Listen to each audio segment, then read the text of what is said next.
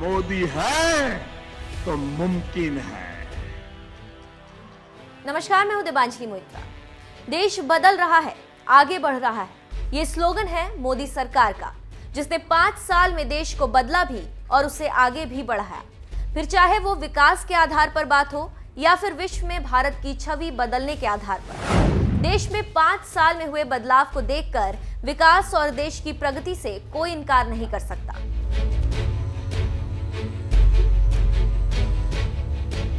सरकार रोजगार, शिक्षा, सुरक्षा, स्वास्थ्य के साथ साथ इंफ्रास्ट्रक्चर पर भी खास जोर दे रही है, जिसका जीता जागता उदाहरण है मोदी सरकार की भारतमाला परियोजना, जिसे हाईवे निर्माण में तेजी के लिए शुरू किया गया है। इस परियोजना के तहत एक्सप्रेसवे, आर्थिक कॉरिडोर का निर्माण तो हो ही रहा है, साथ ही पहले के अधूरे पड़े प्रोजेक्ट्स पर भी सरकार तेजी से काम कर रही है। भारत में शुरू की गई अब तक की सबसे बड़ी भारतमाला परियोजना के तहत 6,92,324 करोड़ रुपए की लागत लगाकर करीब 60,000 किलोमीटर सड़कों का निर्माण किया जा रहा है। बंदरगाहों, नेशनल कॉरिडोर्स, पिछड़े इलाकों, धार्मिक और पर्यटक स्थलों को भी इस योजना से जोड़कर भारत को तेजी से बदलने का काम जारी है। और इन सभी कामों का श्रेय जिस शख्स को जाता है वो है परिवहन मंत्री नितिन गडकरी। गडकरी की इमेज कुछ ऐसी है कि उन्होंने जिस किसी भी प्रोजेक्ट में हाथ डाला है वो पूरा करके दम लिया। प्रधानमंत्री नरेंद्र मोदी ने साल 2015 में जब से इस प्रोजेक्ट को शुरू किया तब से लेकर आज तक कभी भी इस प्रोजेक्ट की रफ्तार थमी नहीं, बल्कि मंत्री गडकरी के नेतृत्व में काम में दिनों दिन तेजी ही आती जा रही है। पुराने राजमार्गों के भी चौड़ीकरण का काम हो रहा है। सरकार के मुताबिक जब तक देश का हर एक व्यक्ति देश के हर एक कोने तक आसानी से ना पहुंच पाए तब तक समझिए कि देश का औद्योगिक विकास कहीं पिछड़ गया है। और जैसे ही देश के कोने कोने तक पहुंचना आसान हो गया, कम समय और अच्छी सड़कों की बदौलत ईंधन भी कम लगने लगे, मतलब सरकार ठीक दिशा में काम कर रही है। और मोदी सरकार का यही विजन है जिस पर काम करते हुए मोदी सरकार निरंतर आगे बढ़ रही है। अब आपको ग्राफिक्स के जरिए समझाते हैं भारतमाला परियोजना के तहत होने वाले कामों के बारे में। 44 आर्थिक कॉरिडोर्स का निर्माण। इस परियोजना के तहत मोदी सरकार पूरे 44 आर्थिक कॉरिडोर्स का निर्माण करा रही है, जो 9,000 किलोमीटर सड़कों के जरिए आपस में जुड़ेंगे, जिस पर कुल 1,20,000 रुपए खर्च होंगे, जिससे कच्चे माल और तैयार माल को डेस्टिनेशन तक समय पर पहुंचाना आसान हो जाएगा। पास के बंदरगाहों को भी इन कॉरिडोर से जोड़ने का काम जारी है। पोर्ट कनेक्टिविटी पर फोकस। योजना के तहत तटीय क्षेत्रों की पोर्ट कनेक्टिविटी के लिए 2,000 किलोमीटर की सड़क का निर्माण किया जा रहा है, जिसमें 20,000 करोड़ रुपए का खर्च आएगा।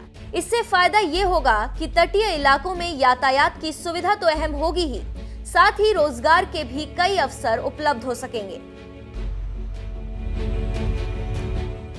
जिला मुख्यालयों की भी हाईवे से कनेक्टिविटी। 2015 से शुरू हुई भारतमाला परियोजना के जरिए अब तक 60,000 करोड़ रुपए की लागत लगाकर अब तक 9,000 किलोमीटर सड़कों का निर्माण कर अब तक 300 जिला मुख्यालयों को हाईवे से जोड़ दिया है। बचे हुए जिला मुख्यालयों को भी हाईवे से जोड़ने का काम तेजी से चल रहा है। नॉर्थ ईस्ट से कनेक्टिविटी भी जरूरी। नॉर्थ ईस्ट के सभी 7 राज्यों को देश से जोड़ने पर भी केंद्र की मोदी सरकार का ध्यान है।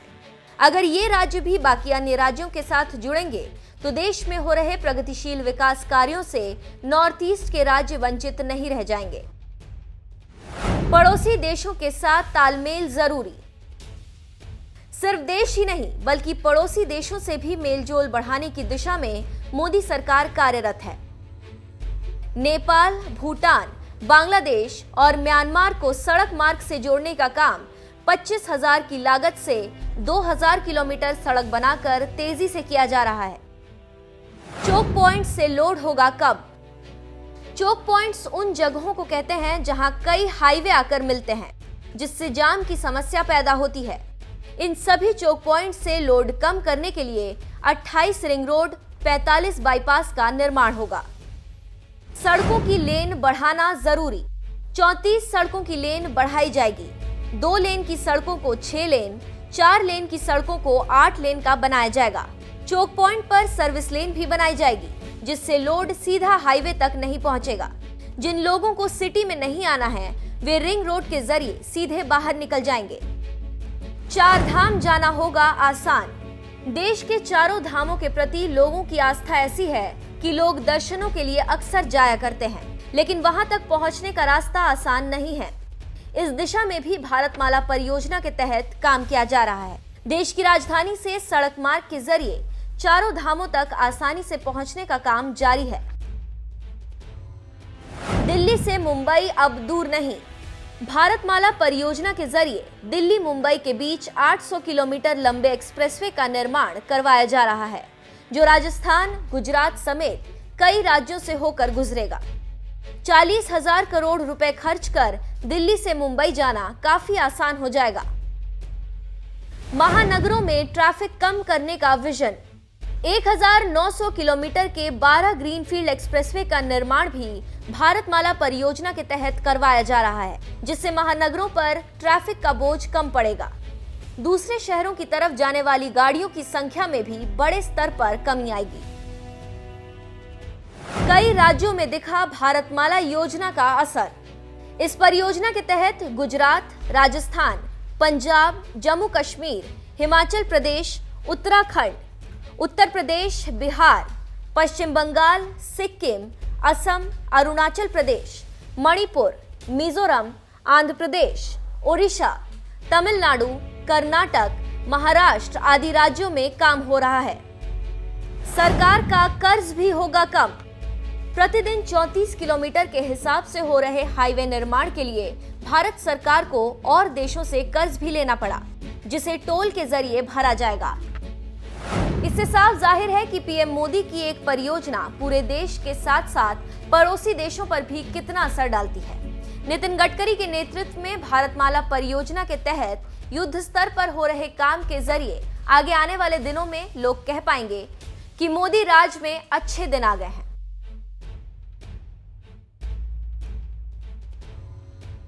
आदरणीय प्रधानमंत्री जी, सम्माननीय मुख्यमंत्री जी उत्तर प्रदेश, माननीय मुख्यमंत्री हरियाणा, मंत्रिमंडल के सभी सहयोगीगण, माननीय राज्यपाल महोदय जी, उपस्थित सभी भाई और बहनों, आज हमारे देश के इंफ्रास्ट्रक्चर के इतिहास में एक सुनहरा दिन है कि हमारे प्रधानमंत्री जी ने आज देश के 2 एक्सिस कंट्रोल एक्सप्रेस हाईवे को राष्ट्र को समर्पित किया है। मेरा विश्वास है कि नए भारत की जो सोच प्रधानमंत्री जी के सपने में है, उस नए भारत के इंफ्रास्ट्रक्चर को बनाने की ये शुरुआत है। बहनों और भाइयों, दिल्ली से मेरठ तक करीब 90 किलोमीटर हम एक्सप्रेस हाईवे के निर्माण का कार्य कर रहे हैं। उसमें से दिल्ली से उत्तर प्रदेश की सीमा तक, निजामुद्दीन से उत्तर प्रदेश की बॉर्डर तक 842 करोड़ रुपए खर्चा करके 14 लेन के रोड का निर्माण किया गया। उसके ऊपर 1.5 मेगावाट बिजली तैयार हो रही है। वर्टिकल गार्डन्स है। करीब इस रोड पर 40,000 हमने पेड़ों को ट्रांसप्लांट किया है। और इतना ही नहीं, तो इस रोड से जाते समय करीब 1.25 घंटा लगता था, वो डिस्टेंस अब 15 और 20 मिनट में होकर यहाँ की जनता को नई राहत मिली है। 30 माह में ये काम करने का लक्ष्य था, पर यह काम केवल 18 महीने में पूरा हुआ है। मेरा विश्वास है कि इस काम में उत्तर प्रदेश की सरकार का और उसके साथ साथ हमारे सभी इंजीनियर्स का और जनता का जो सहयोग मिला है, उसके लिए मैं उनका विशेष रूप से आभार व्यक्त करता हूँ। इस रोड की विशेषता यह है कि इसमें 3 रेलवे ओवरब्रिज है, 5 मेजर ब्रिज है, 34 अंडरपास है और पैदल चलने वालों के लिए 4 अंडरपास है और 28 किलोमीटर साइकिल ट्रैक बनाया गया है 2.5 मीटर दोनों बाजू में। अब आप साइकिल पर भी चल सकते हैं और करीब 74 सर्विस रोड है। ये 6 लेन एक्सप्रेस हाईवे जो है, ये आगे दासना से आगे मेरठ तक, इसका भी काम जोरों में शुरू है और मैं आपको विश्वास देना चाहता हूँ कि अगले मार्च में इसका काम पूरा होगा और मेरठ से दिल्ली आने के लिए जो 4 घंटे लगते हैं, आप 40 मिनट में दिल्ली पहुंचोगे, ये वादा मैं आपको करता हूं। आज दूसरा एक महत्वपूर्ण हाईवे जो है वो भी हमारे लिए बहुत महत्वपूर्ण है। पंजाब, हरियाणा, जम्मू कश्मीर, उत्तराखंड, हिमाचल प्रदेश, राजस्थान, उत्तर प्रदेश, इन सब राज्यों में एक राज्य से दूसरे राज्य में जाने के लिए दिल्ली से जाना पड़ता था। काफ़ी ट्रैफिक जाम होता था और ये मामला बहुत पुराना था, क्योंकि मैं आपको याद कर देना चाहता हूँ कि पुराने सरकार में बहुत प्रयास हुए पर काम बंद पड़ा। फिर सुप्रीम कोर्ट में केस गई। इसके लिए भूरेलाल जी के प्रमुखता में एक कमेटी अपॉइंट की गई। दिल्ली के साथ साथ हरियाणा और उत्तर प्रदेश सरकार ने लैंड एक्विजिशन के लिए कुछ पैसा देना कबूल किया था, पर जब मैंने हमारी सरकार बनने के बाद मीटिंग बुलाई तो उन सरकारों ने कहा कि हमारी हालत ठीक नहीं, हम पैसा नहीं दे सकते। सुप्रीम कोर्ट मॉनिटरिंग कर रहा था और उस समय हमने निर्णय किया कि इस विवादों में न पड़ते हुए हम पैसा खुद खर्चा करेंगे और हमने 6000 करोड़ रुपए लैंड एक्विजिशन खर्चा किया है और किसानों को बहुत अच्छी कीमत दी है, बाजार भाव से भी अच्छी कीमत दी है। इस हाईवे से 11,000 करोड़ की लागत से 135 किलोमीटर का जो हाईवे है, इसको बनाने से करीब 27% दिल्ली का प्रदूषण कम होने वाला है। इतना ही नहीं तो 41% ट्रैफिक जाम कम होने वाला है। जो 910 दिन में काम करना था, अनेक आंदोलन हुए, कोर्ट के स्टे आए, ग्रीन जज के तरफ से स्टे आए, सब प्रकार की दिक्कतें आई। मैं योगी जी को, मनोहर लाल जी को धन्यवाद देता हूँ। मैं एक बार उनसे फोन पर बार बार बात करता था लैंड एक्विजिशन के लिए, यहाँ के कलेक्टर कमिश्नर तक बात करता था, बार बार मीटिंगें करता था।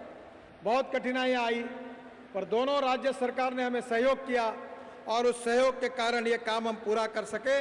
जो 910 दिन में काम करना था, वो हमारे इंजीनियर्स, हमारे कॉन्ट्रैक्टर्स ने केवल 500 दिन में पूरा किया है।